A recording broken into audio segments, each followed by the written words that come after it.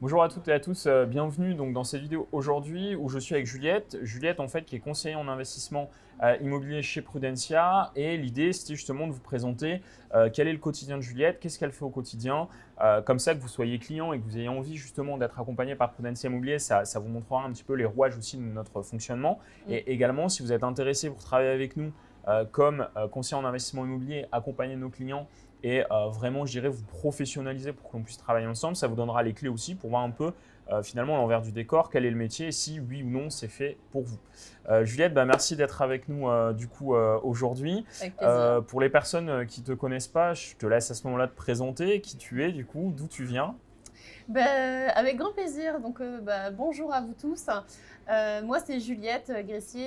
Je viens du Nord. Donc voilà, on est fiers aujourd'hui en plus d'être dans le Nord. Donc voilà, aujourd'hui, c'est avec plaisir que je vais pouvoir parler un petit peu plus de ce que je fais au sein de Prudentia, vous parler aussi de mon parcours. Donc voilà, je suis dans le Nord depuis maintenant 24 ans et je suis fière d'être basée sur l'île. Ok, impeccable. Du coup, Juliette, dis-nous un petit peu professionnellement, quel est ton parcours? Alors du coup, qu'est-ce que tu as fait avant justement de travailler avec Prudentia Immobilier? Oui, alors ça remonte pas il y a si longtemps que ça, on va dire. Mhm. Il y a maintenant 4 ans, je ne faisais pas du tout ce que je fais à l'heure d'aujourd'hui. J'étais dans le domaine de l'esthétique. Donc voilà, j'ai un BTS esthétique et maquillage où voilà, j'ai débuté ma carrière dans tout ce qui était parfumerie, luxe, que j'ai travaillé au Printemps et Sephora. Donc voilà, c'était un domaine qui est vraiment totalement différent de ce que je fais à l'heure d'aujourd'hui. Mais voilà, j'ai franchi un cap, je suis passée à Mhm. l'action pour me mettre à mon compte, hein, pour voilà, avoir un autre style et confort de vie. Et c'est la raison pour laquelle j'ai voulu entreprendre. D'accord. Et justement, tu as un parcours effectivement entre guillemets classique, c'est-à-dire que tu as fait tes études. Suite à tes études, du coup, tu as pris un CDI.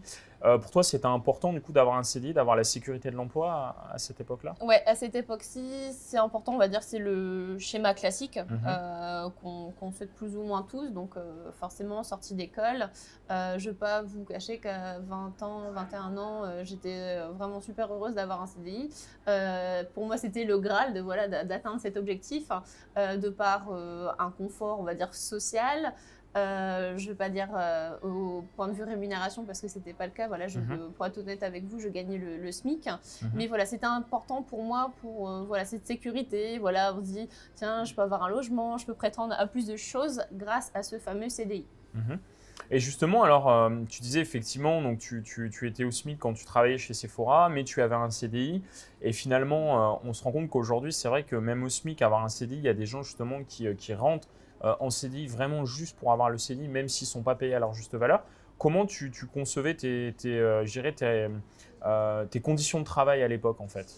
En fait, je me suis vite rendu compte, pour vous dire, je suis restée un an en CDI. Donc, je Ouais. me suis vite rendu compte que c'était pas pour moi, déjà de part, voilà, c'était le commerce. Donc, forcément, je travaillais les week-ends, les dimanches, jusqu'à 21 h dans une galerie commerciale. Certes, c'était un CDI, mais pour moi, c'était vraiment pas à la hauteur de ce que je voulais parce que D'accord. gagner 1 140 €, certes, avec des chèques, tickets resto, etc., c'était vraiment pas pour moi l'idéal par rapport à ce que je voulais faire. D'accord. Voyager, des choses. Et D'accord. sincèrement, je pouvais rien faire de plus que travailler. Donc, c'était compliqué. Et du coup, tu n'avais pas trop de perspectives d'évolution de carrière. Enfin, tu pouvais pas. Voilà. Donc, c'était un peu, j'ai 21 ans, je prends le CDI, mais en fait, c'était linéaire, C'est quoi. Tu, ça, tu te c'était voyais pendant linéaire. 40 ans. C'est Ok. ça. Et qu'est-ce qui t'a donné le déclic, du coup? Est-ce que ça a été dur pour toi, du coup, justement, de te mettre à ton compte, de quitter le CDI, même si, justement, il y avait tous ces éléments qui te faisaient dire que tu n'étais pas forcément à ta place et que tu n'allais pas pouvoir, justement, avoir le niveau de vie et la qualité de vie que tu voulais, justement, pour voyager pas mal. D'ailleurs, là, tu reviens d'un beau petit voyage en Thaïlande. Exact. Si on peut le dire. Donc je pense que du coup, depuis, tu as fait un peu de chemin et aujourd'hui, tu peux Ouais, faire d'autres choses. c'est clair. Mais du coup, est-ce que ça a été compliqué au début justement de claquer la porte à Sephora et au CDI pour Oui, finalement… ça a été compliqué déjà, d'une part, la barrière psychologique. Parce que voilà, ce fameux Graal du CDI, les électronégatifs des personnes qui gravitent, qui soient proches ou non, vos collègues, mais qu'est-ce que tu vas faire? C'était la fin du monde, j'allais quitter un Ouais, CDI, mais qu'est-ce que tu vas faire? ouais, ouais. Et pour moi, plus on me disait ça, et plus justement c'était alléchant que je quitte ce domaine, qui n'était vraiment plus le mien, déjà pour avoir ce côté liberté D'accord. positif et surtout la liberté déjà d'être psychologiquement bien. D'accord. C'était ça Toi, qui était le plus tu te important. sentais plus, enfin, tu étais un peu J'étais dans un moule. la brebis qui n'était pas dans le moule en fait. Ah, c'était Ok. vraiment ça.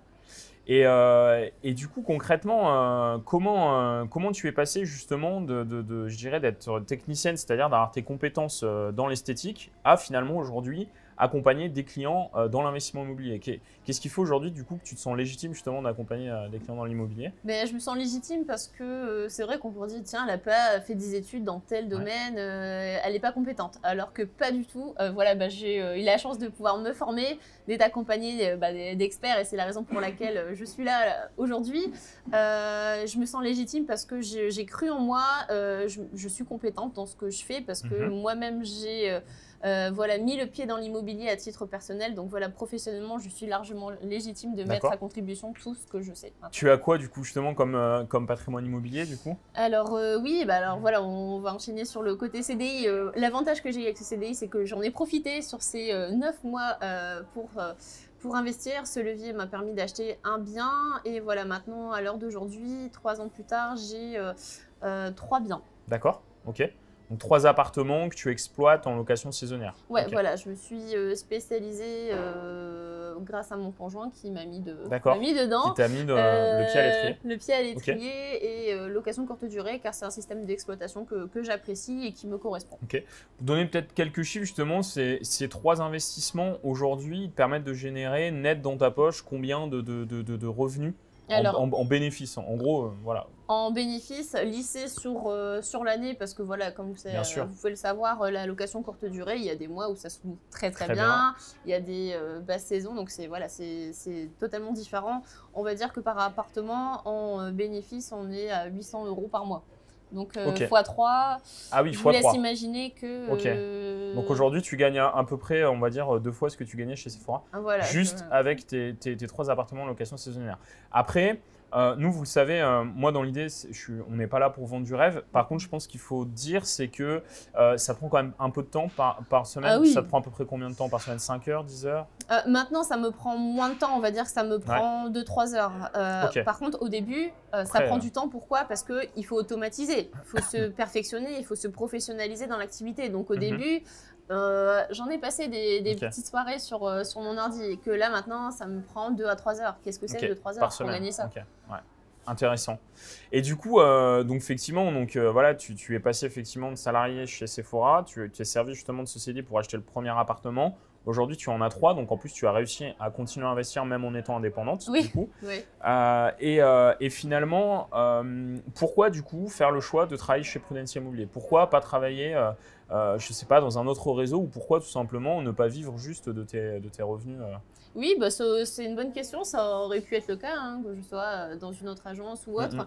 La raison pour laquelle je suis là chez Prudentia aujourd'hui, c'est surtout sur ce côté, j'en reviens, qui est très important pour moi, c'est sur ce côté professionnel et liberté. On a la chance d'être accompagné d'experts, notamment toi. On a une super équipe maintenant qui a grossi en 2 ans de temps, donc c'est rapide, c'est hallucinant sur ce côté très rapide en 2 ans de temps. C'est ce côté accompagnement, mais avoir cette gérance de vie. Je gère mon emploi du temps, je gère mon planning, je gère ce côté relationnel clientèle, et c'est ça qui était très important pour moi. Ok. Et parce que toi, effectivement, tu nous as connus, tu as été la première agent commercial, un peu le cobaye chasseur chez Prudentia Immobilier. Comment justement tu as vécu toutes ces évolutions finalement?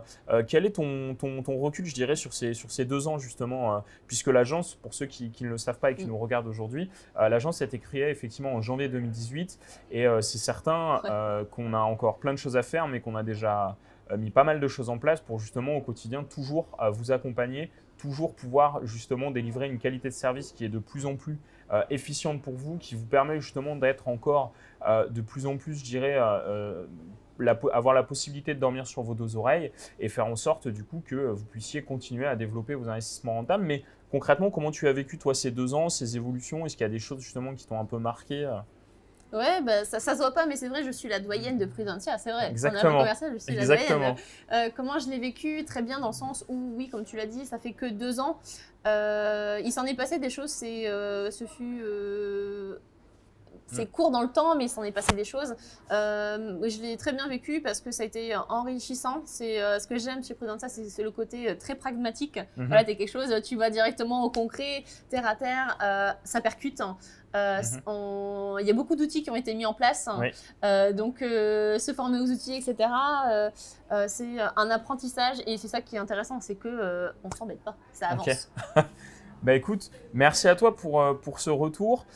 Justement, aujourd'hui, est-ce que tu peux donner des chiffres en moyenne, justement, quelles sont à peu près les rémunérations moyennes que tu peux tirer sur ton activité Prudentia Immobilier? On va dire, il y a des mois où c'est plus ou moins. Pourquoi? Tout dépend forcément le montant de la transaction qu'on a effectuée avec nos clients. Sur une base de 4 000 €. Parce qu'on a dit, oui c'est ça, 4 000 €, voilà, pour être, pas partir dans X chiffres, voilà, on va partir sur une base de 4 000 € par mois. Et encore, c'est que le début. Il y a eu des mois au début, forcément, le temps de se mettre en route, de se former, d'avoir ses clients, et que forcément, entre le compromis et l'acte authentique, voilà, il y a quelques mois qui se sont écoulés, voilà, on va dire, on va partir sur une moyenne de 4 000 €. Donc, ce qui est quand même un beau salaire, surtout en complément, effectivement, des revenus que tu peux tirer aussi de tes locations, donc 4 000 plus 2 000. Ça te fait gagner entre 5 à 6 fois finalement ce que tu pouvais gagner chez Sephora. Donc c'est assez intéressant. Après, justement au niveau du temps, est-ce que tu trouves que finalement il faut 5 minutes pour aller chasser une bonne affaire à toucher 4 000 € ou est-ce que justement tu trouves que, quel est ton avis sur ton quotidien, sur finalement comment justement accompagner un client de A à Z? Est-ce que ça prend du temps? Le plus important, effectivement, là où ça prend plus de temps, c'est effectivement la première partie où on a les premiers échanges avec un de nos clients. Voilà, c'est surtout cibler sa recherche au plus précis pour que voilà, ce temps passé dès le départ puisse nous faire gagner du temps sur la recherche. Ensuite, non, clairement, c'est d'où l'importance d'être formé. D'être accompagné, c'est que voilà, quand on est rodé et que tout est automatisé, quand voilà, on suit des process, tout est fluide. Donc non, pour voilà, vous donner un ordre d'idée sur des projets, je vais dire sur le temps passé dès le départ, on va dire 4-5 heures entre le temps d'aller sur place, visiter, faire tout ce côté administratif, on va dire que ça en vaut vraiment la chandelle par rapport à la rémunération. Ok. Par contre, on est d'accord que du coup, effectivement, il ne s'agit pas uniquement juste de faire une visite et que ça prend, voilà, ça prend quand même du temps. Justement, on associe souvent le statut d'indépendant. Donc toi, tu le disais justement, tu es en salarié, c'est un statut qui peut des fois faire peur parce qu'on dit qu'en fait, on ne sait pas de quoi le lendemain est fait. Mais est-ce que pour toi, justement, le statut d'indépendant rime avec être toute seule dans la nature et finalement être livré à toi-même? Non, pas du tout. C'est vrai que quand on écoute être indépendant, ça fait peur. Donc bien sûr, il y a des avantages, inconvénients, tout dépend ce que vous souhaitez. Mais moi, clairement, je me suis jamais sentie seule. J'ai été la première pour vous dire, donc ça aurait pu faire peur. On ne sait pas ce que c'est, c'était l'inconnu, clairement. Bien sûr. Et non, parce que ça a vite grossi, il y a des process, on a été accompagnés. Et entre nous, entre chaque agent commercial, on se fait des petites réunions, on est vraiment au cœur de l'information chaque semaine. Donc, et pourtant, on ne vit pas à côté, on fait tout sur Internet. Et non, on n'est jamais seul, clairement. Parce qu'effectivement, on couvre la France entière. Et c'est intéressant ton retour parce que nous, dans l'idée, pour ceux qui ne le savent pas, moi j'ai travaillé chez Decathlon, donc il y a une entreprise en fait où on a, je dirais, on met énormément vraiment d'attention sur simplement le management, sur la montée en compétences des collaborateurs. Et moi, ma vision, justement, mon analyse de l'immobilier et notamment des collaborateurs dans l'immobilier, c'est qu'en fait, ils n'étaient pas accompagnés, ils n'étaient pas suivis et qu'en fait, on recrute effectivement de la chair à canon. Moi, je le vois au quotidien puisque pour ceux qui le savent peut-être, on fait effectivement, on a des postes qui sont ouverts, notamment sur LinkedIn parce qu'on recrute partout en France, parce qu'on a aujourd'hui, on ne va pas se mentir, énormément de clients qui font que quand vous êtes en période de croissance, il faut du coup pouvoir recruter des conseillers en investissement et qui ne soient pas, je dirais justement, de la chair à canon, mais qui soient des personnes justement compétentes qu'on va former pour derrière être les plus pertinents possibles pour justement délivrer les projets des personnes qui regardent cette vidéo et qui ont envie justement d'avoir des vrais professionnels en face d'eux. Et ça prend du temps. Nous, on a justement cette volonté finalement de prendre un peu à contre-pied le marché de l'immobilier Pour la bonne et simple raison, en totale transparence avec vous, si on prend des indépendants, c'est que j'ai une phrase que je reprends souvent et que je dis et que j'assume totalement, c'est que je ne paye pas pour voir. Et qu'une entreprise, en fait, à un moment donné, l'entreprise, elle ne peut pas gagner de l'argent sans collaborateurs, et les collaborateurs, ils ne peuvent pas gagner de l'argent sans l'entreprise. Donc, c'est aussi un donnant-donnant où finalement, nous, on s'est dit, dans l'immobilier, on a la possibilité justement de travailler avec des indépendants, ce qui nous permet simplement de pouvoir finalement donner la chance à des gens qui peut-être justement ne viennent pas de l'immobilier. D'ailleurs, à titre indicatif, vous devez le savoir, j'ai une carte T, je suis agent immobilier, pourtant je n'ai pas fait un master en immobilier, je fais des études en sciences politiques. Donc, à un moment donné, peut-être que par exemple, dans une agence immobilière, on ne m'aurait pas donné ma chance, alors qu'aujourd'hui, j'ai ma propre agence et que je recrute des personnes tout simplement, voilà, qui ont envie en fait de prouver aux autres qui sont capables d'accompagner nos clients, qui sont justement coachables, qui sont formés. Et bien souvent également qui sont eux-mêmes investisseurs immobiliers. Donc dans l'idée, c'est de se dire, voilà, le poste d'indépendant, il est effectivement ce qu'il est, mais nous, on utilise ce poste parce que c'est finalement le poste qui permet vraiment d'être en équité entre l'entreprise et le collaborateur. Parce que l'entreprise, comme ça, ne paye pas pour voir, elle ne va pas mettre de l'argent sur quelqu'un qui peut-être ne va rien faire. Et à côté de ça, les rémunérations pour l'indépendant sont beaucoup plus importantes que si la personne était salariée. Et donc, du coup, on ne paye pas pour voir. Et d'un autre côté, si l'indépendant, justement, fait le job, et étant donné qu'on est là pour l'accompagner et le former pour qu'il fasse le job, normalement, la seule chose qui fasse qu'il ne réussisse pas, c'est lui-même et le fait qu'il ne passe pas à l'action. Donc, merci à toi, en tout cas, Juliette, pour ton retour justement sur le statut d'indépendant. C'est assez intéressant. Et également, alors, au niveau de ton quotidien, comment toi, du coup, tu structures tes journées? Finalement, une journée de conseiller en investissement chez Prudentia, comment ça se passe en fait? Comment tu rythmes tes journées? Bon, chaque jour est différent, mais voilà, on va dire journée type, c'est une matinée plus administrative, suivie du coup des dossiers en cours avec mes clients pour voilà, leur donner des nouvelles, soit sur la partie recherche ou voilà, s'il est en cours de financement, voilà, c'est l'épauler avec tout mon réseau professionnel, hein, que ce soit courtier, expert comptable, voilà, tout ce que je peux mettre en place. Et après, c'est surtout une après-midi après. Sur le terrain, parce que voilà, il faut être aussi sur le terrain, c'est bien beau d'être chez soi, à bosser dans ses bureaux, c'est aussi aller sur place grâce aux partenaires petit à petit au fur et à mesure de ces 2 années, c'est aussi mettre en place réseau, des agents immobiliers, où voilà, ils nous envoient aussi en entrant comme ça des biens, je me déplace sur le terrain. Donc, et après, en rentrant de visite, c'est faire le point.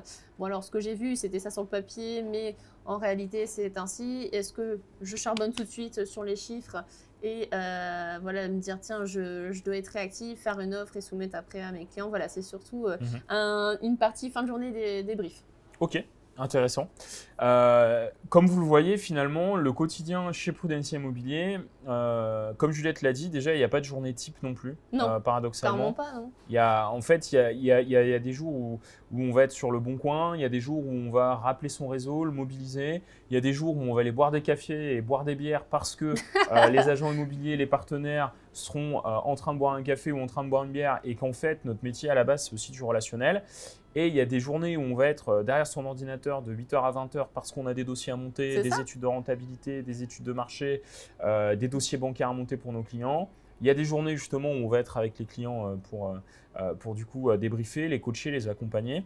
Donc c'est voilà, pour vous montrer effectivement un petit peu le quotidien, en fait c'est un métier qui est assez transversal. Oui, puis pour revenir au statut d'indépendant, aussi l'avantage, c'est vous rythmer vos journées en fonction de vos planifications. Tel jour où si vous avez des enfants, si vous partez en voyage, vous gérez votre planning en fonction de vos projets en cours. Et c'est ça qui m'a séduite aussi. Voilà, j'avais oublié, mais c'est important, c'est primordial. C'est vous gérez votre planning à la hauteur aussi de vos exigences et vos rémunérations que vous souhaitez. C'est ça qui est vraiment génial. C'est exactement ça. Pour rebondir là-dessus, pour vous en donner un petit peu plus de détails justement là-dessus, c'est que effectivement vous avez un statut d'indépendant, donc c'est pas à moi de vous fixer vos objectifs. Moi en fait, ce que je fais, c'est que de manière hebdomadaire, donc en fait, j'accompagne tous les agents commerciaux et en fait, je leur demande concrètement, voilà, ce mois-ci, tu veux gagner combien? Et à un moment donné, c'est pas ouais, peut-être que non, c'est concrètement, voilà, combien tu veux dans ton compte en banque à la fin du mois. Et en fonction de ça, du coup, c'est l'agent commercial effectivement qui détermine en quelque sorte sa rémunération. Soit il veut gagner 2 000 € par mois, en l'occurrence c'est une commission tous les 2 mois, soit il veut gagner 4 000 € par mois, voire même maintenant plus, on est plus à 5 600 € par vente par mois, auquel cas il doit faire du coup une vente par mois, et s'il veut gagner 10 000 € par mois, il va falloir qu'il fasse 2 ventes par mois. Et moi en fait mon rôle c'est justement d'animer en fait tous les membres du réseau en fonction justement de leurs objectifs. Mais c'est pas moi qui vais vous dire voilà aujourd'hui il faut que tu fasses 3 ventes, parce que vous êtes effectivement indépendant. Après c'est là tout le paradoxe, c'est que vous êtes à la fois indépendant, c'est à vous de vous fixer vos objectifs, mais d'un autre côté, si vous vous fixez des objectifs, du coup, il faut les tenir, parce que nous aussi, derrière, nous, notre rôle et finalement ce qu'on apporte à nos commerciaux également, c'est des clients. Oui, et du coup, je ne peux pas vous ramener 20 clients si vous faites une vente par mois. A contrario, si vous voulez faire 10 ventes par mois, je ne vais pas vous ramener 2 clients. Sinon, il y a un moment donné où ça ne va pas aller. Et c'est là où en fait, moi, je ne peux pas travailler sans vous et vous ne pouvez pas travailler sans moi. Donc du coup, c'est là effectivement toute la subtilité aussi du côté indépendant, mais en fait, on est dans le même bateau. On est dans le même bateau et voilà, dans l'idée, on va dans le même sens et on est obligé du coup de s'adapter pour pouvoir atteindre nos objectifs. Est-ce que pour toi, du coup, chez Prudentia, donc, est-ce que tu as une idée justement pour les gens qui nous regardent, que ce soit des gens qui voudraient travailler avec nous ou même des clients, quel est le type de client justement que tu as au quotidien? Ça c'est ma question préférée, j'ai envie de dire. Ok. C'est aussi un des avantages aussi d'être indépendant, c'est aussi, je veux dire, le choix du client avec qui on travaille. Il y a l'aspect humain est un facteur très important. Il y a le feeling où on l'a pas et c'est important aussi. À l'heure d'aujourd'hui, tous mes clients, on se tutoie. Pourtant, il y a le respect qui est là. Je pense notamment à Charles, un de mes clients, si tu nous regardes. Le jour de la signature authentique, on a été manger au resto avec une bonne bière. C'est surtout ce côté relationnel. Donc, pour en venir à ta question, c'est effectivement important de créer cette relation de confiance parce que voilà, on part sur un projet d'investissement, donc ils achètent loin de là une baguette de pain. Donc c'est sur ce côté confiance qui est très important pour moi et surtout d'avoir en face de moi quelqu'un qui saisit vers quoi je l'emmène et que voilà, c'est un échange de confiance. C'est ça qui est important. Ok, donc vraiment, oui, avoir qu'on soit sur la même longueur d'onde, qu'on se comprenne. Et, pour être totalement transparent avec vous, et vous le savez justement pour ceux qui m'ont déjà rencontré en conférence, on le dit clairement, Juliette parlait justement aussi de choix des clients. C'est pas prétentieux de notre part, c'est qu'à un moment donné, en fait, le client chez Prudentia Immobilier, c'est un maillon de la chaîne, vente immobilière et vente d'un projet rentable. Donc en fait, nous, on ne peut pas travailler tout seul dans notre coin, on ne peut pas mobiliser notre réseau, le comptable, le banquier, etc. si derrière, vous ne faites pas votre partie du boulot. Et effectivement, Juliette a raison justement d'utiliser ce terme, je pense, de choisir son client, parce que oui, on se permet effectivement de choisir nos clients pour ne pas perdre de temps et surtout, alors déjà, pour ne pas vous en faire perdre à vous également, parce que peut-être qu'en fait, on va voir que vous tournez autour du pot, vous n'êtes pas très… en fait, vous ne savez pas trop où vous voulez aller et nous, en fait, on va carrément vous dire, écoutez, aujourd'hui, l'immobilier, c'est peut-être pas fait pour vous, c'est peut-être pas le moment pour vous d'investir et du coup, je vous invite d'abord à faire le point de votre côté, à peser vraiment pourquoi vous voulez investir dans l'immobilier et à revenir me voir après parce qu'aujourd'hui, c'est pas le moment. C'est exactement ça. Et nous, encore une fois, c'est dans votre intérêt, c'est en toute bienveillance qu'on vous dit ça afin que vous ne perdiez pas non plus votre temps. Et nous également, du coup, qu'on puisse effectivement proposer les bonnes affaires aux clients justement qui sont prêts maintenant à passer à l'action. Ouais, t'as tout dit. Eh bien, écoute, merci. Également, justement, si tu avais, je dirais, une grande qualité que doit avoir un chasseur immobilier chez Prudentia, que doit avoir un conseiller en investissement immobilier, est-ce que tu as vraiment une qualité qui est nécessaire pour réussir? Oui, qui est surtout primordial dès le départ lorsqu'on a le client dans les mains, c'est l'écoute. Puisque c'est important, on a tous des objectifs à atteindre dans la vie et c'est cet objectif qui est important et c'est la raison pour laquelle nos clients nous appellent, c'est répondre à un objectif. Donc si dès le départ on ne l'écoute pas, ça va être dur de faire un entonnoir. Donc bien sûr, il faut les conseiller et les diriger vers quelque chose qui correspondront à leur situation, mais c'est surtout l'écoute. D'accord, donc l'écoute. Et il n'y a pas que les femmes qui peuvent écouter, hein, ça je le… Exactement. Exactement, je te rejoins totalement, c'est l'écoute et l'empathie. Je dis souvent, d'ailleurs, les personnes justement qui veulent investir dans l'immobilier et qui nous regardent aujourd'hui, sachez que 50% de notre job, en fait, c'est de vous rassurer et qu'on a conscience que si vous avez envie qu'on travaille ensemble, c'est aussi justement parce que vous avez des craintes, des peurs, des doutes et qu'on voit énormément d'informations sur Internet et qu'en fait, on ne sait plus où donner de la tête. Et donc, du coup, nous, en fait, si on n'est pas dans l'empathie, si on ne comprend pas vos craintes, vos doutes, vos peurs, eh bien, en fait, on ne va pas être en capacité de répondre à votre besoin. Et en fait, on va arriver avec des chiffres, alors que vous n'avez pas besoin forcément de chiffres, vous avez juste besoin qu'on vous rassure sur des points très précis. Typiquement, oui, j'ai envie d'investir dans l'immobilier, mais j'ai peur de payer trop d'impôts. Bah, si on vous met juste, voilà, tiens, regarde ton bien rentable avec du cash flow, en fait, on ne répond pas à votre problématique, on ne répond pas à votre question. Et Exactement. pour ça, comme le dit Juliette, il faut de l'écoute et de l'empathie. Donc du coup, bah, pour les personnes qui veulent nous rejoindre, sachez que si vous avez de l'empathie et de l'écoute, du coup, vous avez un profil qui potentiellement peut correspondre aux conseillers en investissement que l'on recrute. Bah écoute, est-ce que tu aurais peut-être un dernier conseil à donner pour le coup aux investisseurs qui nous regardent?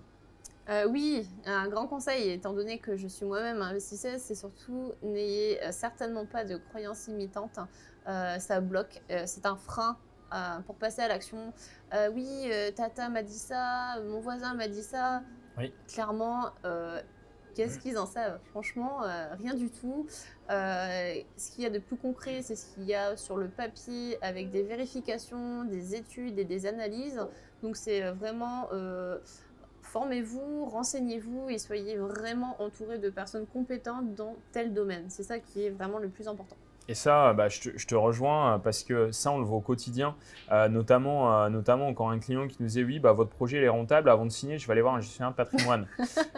Pourquoi pas aller voir un gestionnaire de patrimoine? S'il y a des gestionnaires de patrimoine qui regardent cette vidéo, j'ai rien contre les gestionnaires de patrimoine, mais moi, j'ai juste posé à notre client deux questions. C'est premièrement, est-ce que le gestionnaire de patrimoine, il investit lui-même dans l'investissement locatif? Et deuxièmement, s'il est spécialisé dans l'investissement et la rentabilité immobilière. Parce que si la réponse est non, et que ce gestionnaire de patrimoine en question, ce qu'il connaît de l'immobilier, c'est l'investissement Pinel, ça va être compliqué pour lui d'aiguiller effectivement nos clients de manière correcte. Et c'est la raison aussi justement pour laquelle on a créé Prudentia. C'est que non seulement on vous trouve une bonne affaire, mais également on fait en sorte que cette bonne affaire elle soit adaptée à votre profil et à votre fiscalité. Donc on s'en occupe également en interne. Bah, écoutez, bah déjà Juliette, merci à toi du coup pour ton temps, merci à toi pour cette interview et je vous dis bah, à très bientôt. J'espère que cette vidéo vous a plu. Si vous avez des questions, que ce soit concernant le parcours de Juliette, que ce soit comment devenir chasseur immobilier chez Prudentia, que ce soit comment faire justement pour travailler avec nous en tant que client, bah, écoutez, je vous invite à poser vos questions en commentaire, j'y répondrai avec grand plaisir et n'hésitez pas donc à liker et commenter cette vidéo. Je vous dis à très bientôt. À bientôt.